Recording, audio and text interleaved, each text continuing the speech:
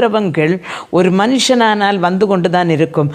ஆனால் உலகத்தின் முடிவு பரியந்தம் நான் உங்களோடு கூட இருப்பேன் என்று சொன்ன இயேசுவானவர் நம்மோடு இருக்கிறார் என்று நாம் விசுவசிக்க வேண்டும்.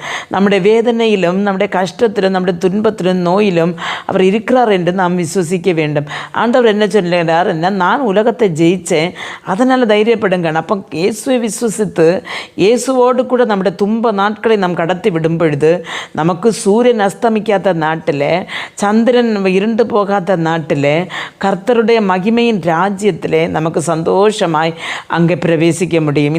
இந்த நாட்களில் உள்ள துக்கங்களையும் துக்கத்தின் காரணங்களை மாற்றி கர்த்தர் நம்முடைய இருதயத்திலே சந்தோஷத்தை தந்து ஆண்டவர் சந்தோஷமாக நடத்துவார். உன் துக்க நாட்கள் முடிந்து போகும் என்று கர்த்தர் சொல்லியிருக்கிறார். அதனால் தேவனுடைய பிள்ளைகளை என்று முடியும் என்று நாம் எதிர்பார்த்திருக்க வேண்டியதில்லை.